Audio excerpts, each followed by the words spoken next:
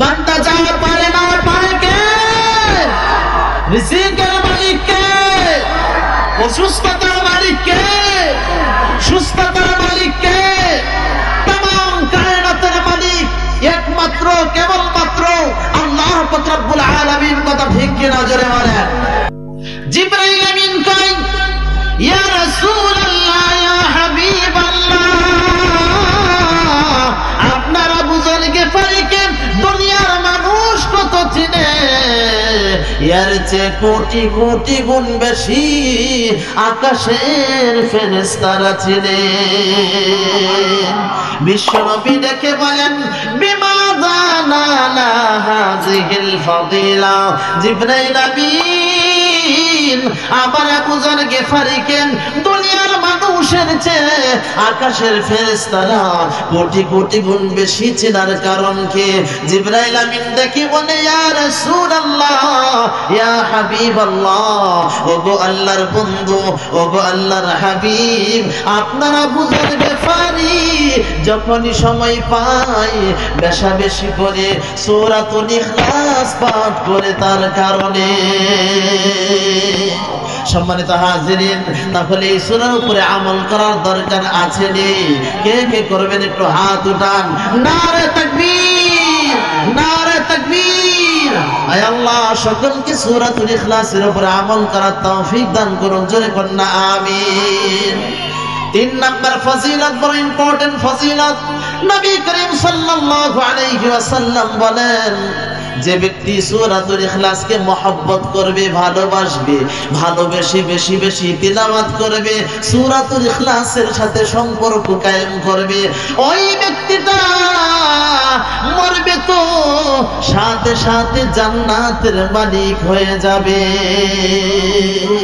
জান্নাতের মালিক হতে চান কে কে একটু হাত উঠান। নারে তাকবীর, নারে তাকবীর। ওগো আসমানের মালিক, তুমি সকলকে জান্নাতের মালিক বানায় দাও, জোরে কন্যা আমিন। মালিক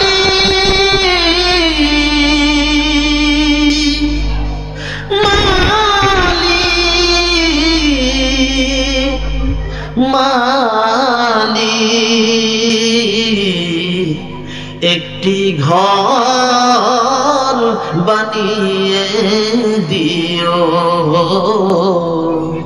একটি ঘর বানিয়ে দিও। মালিক তুমি জান্নাতে তোমার পাশে আমার একটি ঘর বানিয়ে দিও, একটি ঘর বানিয়ে দিও, জোরে কন্যা আমিন। ওগো আসমানের মালিক, এই কাবার জুড়ি এলাকার যত মুসলিয়ান গ্রাম আছে, ওমর ইবনুল খাত্তাব রাদিয়াল্লাহু তাআলা আনহু এই মাদ্রাসার বাৎসরিক মাহফিলে যত মানুষ আসতেছে সকল মানুষকে জান্নাতুল ফেরদাউসের মালিক বানায়া দিও, জোরে কন্যা আমিন। 4 নাম্বার ফজিলত, নবী করিম সাল্লাল্লাহু আলাইহি ওয়াসাল্লাম বলেন, ও আমার উম্মতেরা শোনো, সাহাবায়ে কেরাম শোনো, আমি যখন নাকি মেরাজে গিয়েছিলাম, মেরাজের আকাশের ডিউটির ফেরেশতাদের সাথে সাক্ষাৎ, জিজ্ঞাসা করলাম, এ মেরাজের ডিউটির ফেরেশতারা একটু এদিকে আসো তো দেখি। জি হ্যাঁ ইয়া রাসূলুল্লাহ। ওগো নবীজি বলে ফেলুন, কি জানতে চান? বিশ্ব নবী বারবার বলতেছে, ও মেরাজের ডিউটির ফেরেশতারা, আচ্ছা বলো তো দেখি তোমাদের ফেরেশতাদের সংখ্যা কত? মেরাজের ডিউটির ফেরেশতা ডেকে ডেকে বলেন, ইয়া রাসূলুল্লাহ, ইয়া হাবিবাল্লাহ, ওগো আল্লাহর বন্ধু, ওগো আল্লাহর দোস্ত, আমাদের ফেরেশতাদের সংখ্যা কত তো জানা নাই, তবে নবী গো আপনাকে আমি একটা কথা বলি গো রাসূল, দৈনিক ৭০,০০০ ফেরেশতা আল্লাহ পাক রব্বুল আলামিনের আরশে মহল্লার চতুর্দিকে তাওয়াফ করে নবী গো আজকে যারা সিরিয়াল পেয়েছে কিয়ামত পর্যন্ত তারা দ্বিতীয়বার তাওয়াফ করার সিরিয়াল পাবে না। ওগো নবীজি, ওগো আল্লাহর বন্ধু, ওগো আল্লাহর দোস্ত, এখন আপনি বুঝে দেন আমাদের ফেরেশতাদের সংখ্যা কত হতে পারে। আল্লাহু আকবার, আর আসতে পারেন আল্লাহু আকবার।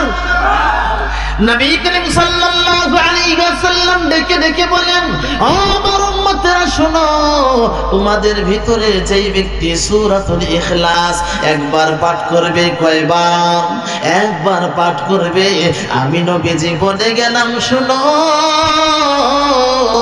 ওই পাপকারীর আমলনামায় ওই ফেরেশতাদের সংখ্যা বরাবর সব লিখে দিবেন। আল্লাহু আকবার।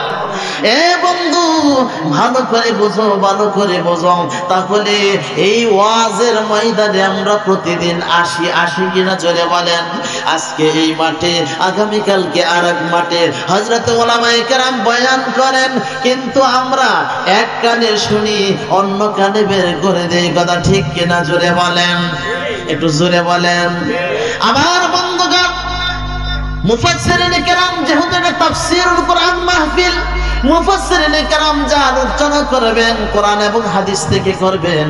আচ্ছা বলুন তো দেখি বন্ধু, কোরআনের কথাগুলো মানবো না রামায়ণ গীতার কথাগুলো মানবো? কোরআনের কথাগুলো কে কে মানবেন একটু হাত উঠান দেখি। নারে তাকবীর।